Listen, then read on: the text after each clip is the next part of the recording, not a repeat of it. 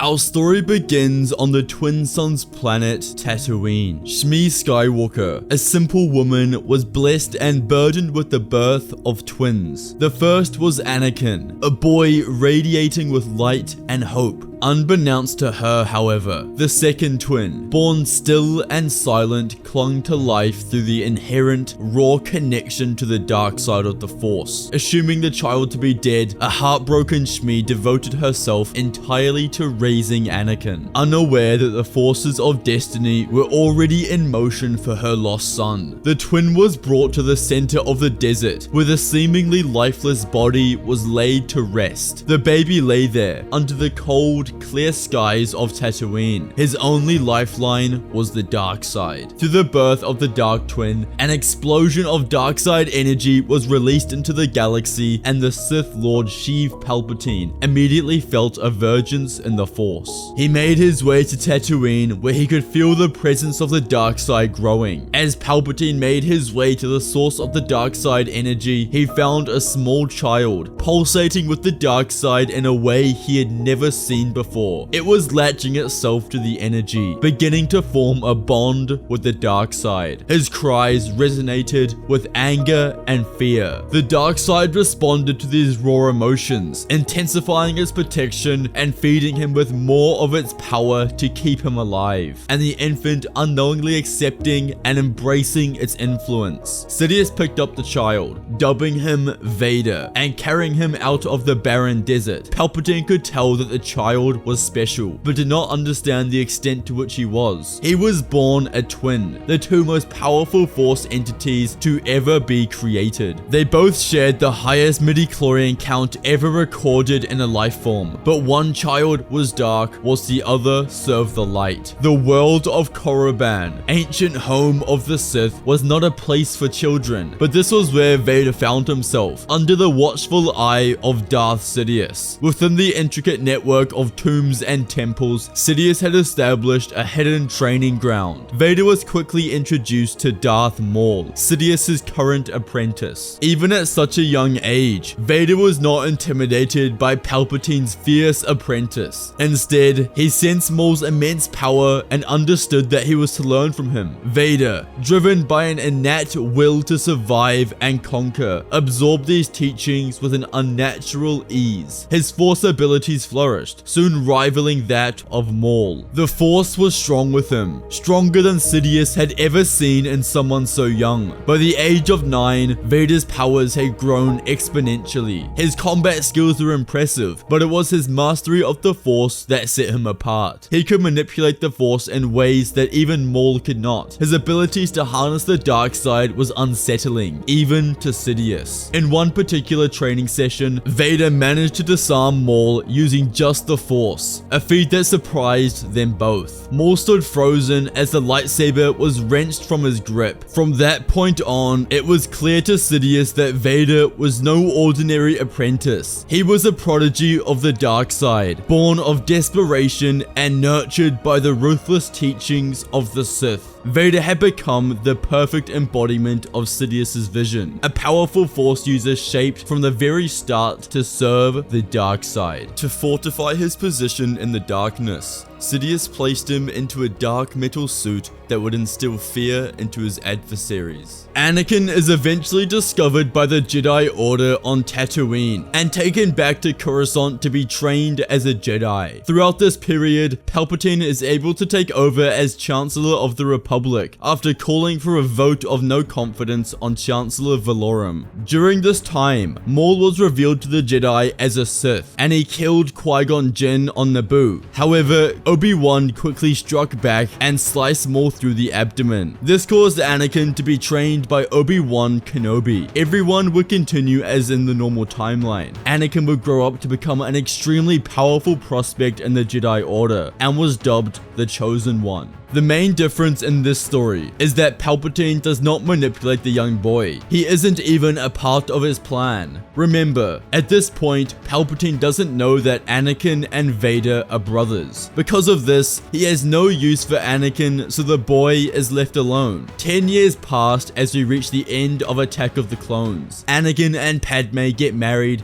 and finally the Clone Wars begin. Anakin was a natural leader, inspiring his clone troopers and surprising his superiors with his innovative strategies and impressive use of the Force. Yet, unbeknownst to Anakin and the Jedi Order, a shadow moves silently behind the scenes. Vader, trained in secret by the hand of Darth Sidious, was now a formidable Sith Lord. His involvement in the Clone Wars remained a closely guarded secret. However, Sidious masterminded select interventions where Vader would discreetly tip the scales in favor of the Separatists. Amidst the chaos of the Clone Wars, the two brothers grew in strength and purpose, their two paths yet to converge. The Clone Wars served as a dramatic backdrop to this revelation, a galaxy-wide conflict orchestrated by Sidious that would eventually pit brother against brother, light against dark. The Clone Wars reached its climax with the death of Count Dooku and General Grievous. Once again, a carefully laid out plot by Sidious, so his true apprentice Darth Vader could come into the fold. The war had reached its peak, and the Republic's trust in the Jedi was dwindling. If there was a time to seize control of the galaxy, it was now. Palpatine's decade-long was to be set in motion. Vader secretly arrived on Coruscant from Palpatine's orders. It was easy for him to arrive on the planet undetected, with the Chancellor helping. A coded message was sent to all clone commanders, containing 3 simple words: execute Order 66. These words mark the beginning of the end for the Jedi Order. In this timeline, Anakin will be sent to Mandalore instead of Ahsoka, which means that he is not on Coruscant at the time of the Jedi Purge. Vader arrived at the Jedi Temple, his dark silhouette a stark contrast against the elegance of the Jedi Temple. Vader walked the familiar halls of the temple, a place he had only seen through the visions provided by his master. Each step he took was measured, a dark presence sending a wave of fear throughout the Force. Jedi fell before him, their skills no match for Vader's mastery of the dark side and his ruthless, efficient combat techniques. The Jedi Order collapsed that night. Jedi all across the galaxy fell to their clone troopers, and Sidious's work was done. Meanwhile, on Mandalore, Anakin saw the effects of Order 66 on his 501st Legion. They turned against him and began firing bolts of energy towards Anakin, attempting to end their Jedi General. Anakin had just captured Maul, who managed to escape their grip once again. He watched Maul get into a ship and enter hyperspace, disappearing for good. Anakin motioned to do the same thing as he watched the powerful planet fall further away from his viewpoint. He entered hyperspace and made direct contact with his master Obi-Wan Kenobi, who was on Utapau at the time of the attack, as well as Yoda, who was on Kashyyyk. The three knew that they had to go back to Coruscant and into the Jedi Temple. They had to discover who was behind this dark deed. Entering the temple was a difficult task, and they had to slaughter many of their fellow clone troopers in order to discover the truth. But once they entered the archives, they found their answer on a security recording. Shock engulfed each of their faces as they saw Chancellor Palpatine. But it wasn't him that captured their attention. It was a man cloaked in black, emanating a chilling aura and sending shivers down their spine. Palpatine informed Vader that he must go to Mustafar and end the Separatist leaders. Vader bowed in acknowledgement and the recording ended, leaving them in stunned silence. The reality of the situation was undeniable. Anakin explained that he will go to Mustafar and face Vader, whilst Yoda and Obi-Wan will take on Sidious. These duels would determine the fate of the galaxy. They had to be ready. Anakin's ship descended onto the volcanic landscape of Mustafar, a planet aflame with rivers of molten lava. His heart pounded as he made his way to the location indicated in the security recording. There he found him, Vader, cloaked in black, his aura as oppressive as the searing heat around him. He ignited his sapphire blade and ran towards him. Vader turned, his red lightsaber springing to life with a threatening hiss. The two men stood,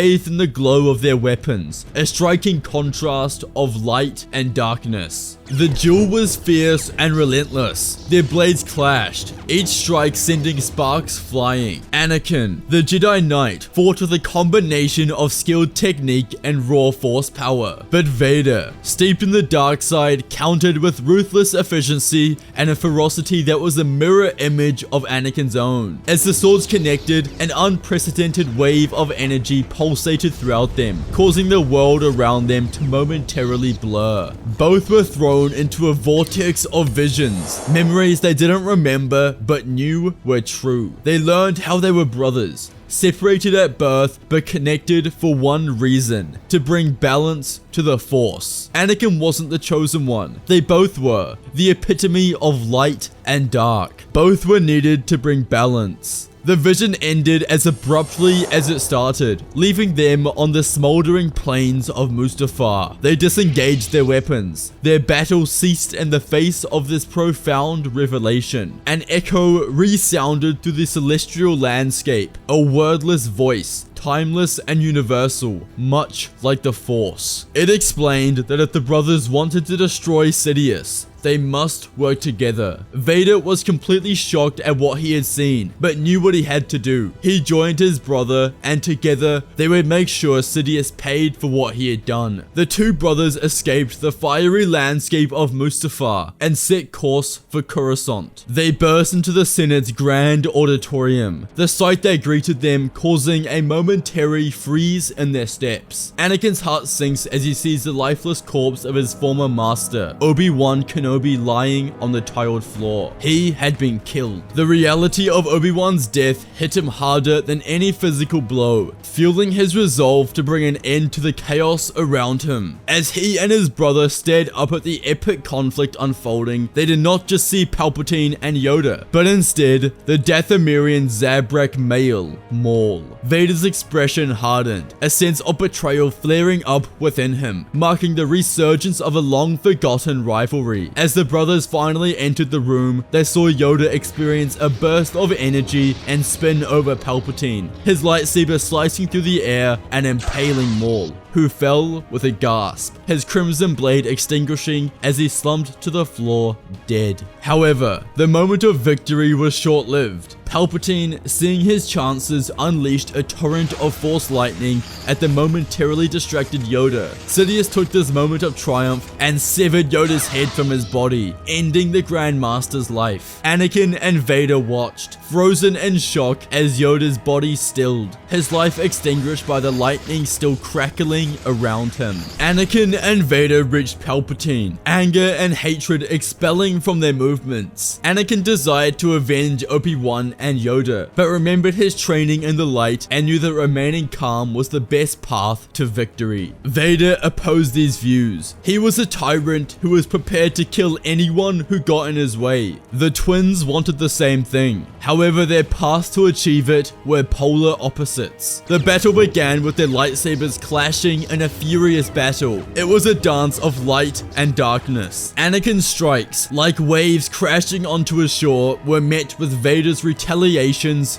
fierce and relentless. Their energies intertwined, feeding off one another, each complementing the other's attacks. Palpatine was a formidable force, his years of dark side manipulation making him a deadly opponent. But against the combined might of Anakin and Vader, he found himself pushed back. They moved in harmony, their attacks orchestrated in a seamless rhythm, the light and dark working together. Anakin sent a wave of force energy towards Palpatine, who staggered, leaving him open for Vader's attack. Vader seized the moment, charging forward with a bellow of anger, his red blade aimed for the Emperor. In a final act of defiance, Palpatine unleashed a wave of force lightning, but Vader and Anakin stood their ground, their lightsabers intercepting the deadly energy. The light and dark within them uniting, creating a barrier that turned the lightning back towards its source. With a final combined effort, they thrust their sabers forward. Palpatine's scream echoed throughout the chamber as the combined energy energy of the twin blades found its mark and killed Emperor Palpatine. In the wake of Palpatine's death, Anakin and Vader stood amidst the ruins of the old order. The echoes of their victory still rang in the Grand Senate chambers. However, their triumph was not the end, but the beginning of a new chapter for the galaxy. They had both experienced the power of the Force in its entirety. Anakin, trained as a Jedi, was familiar with the light side's tranquility, compassion, and healing. Conversely, Vader, twisted and shaped by the dark side, had tasted the raw power and anger needed to be a Sith. Both sides held their merits and their dangers. Both were necessary to maintain balance in the Force, and consequently, the galaxy. Thus, they resolved to build a new order, the Imperial Knights, based neither on the Jedi's rigid adherence to the light, nor the Sith's descent into darkness. The Imperial Knights would strive for balance, the intertwining of light and dark,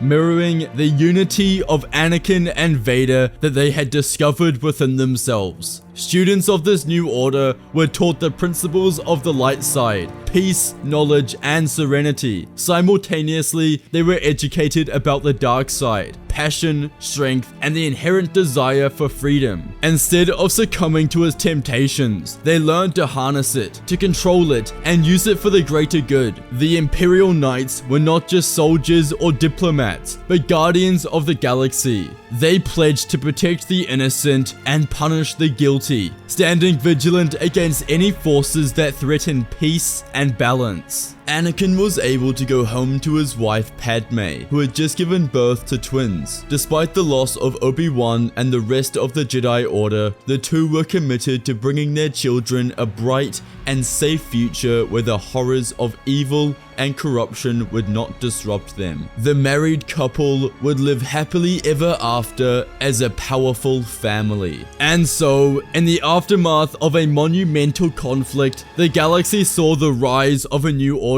Anakin and Vader, two brothers born from light and dark, stood at the helm, guiding the Imperial Knights towards a future where the galaxy would know peace and unity. Their legacy was not of destruction, but of balance and hope, a beacon for the generations to come. If you enjoyed today's video, you must watch What If Anakin Went with Mace Windu to fight Palpatine, or What If Anakin Reached His Full Potential. Please check out our membership program and a collection of enjoyable videos on our page. I hope you all enjoyed, and may the Force be with you.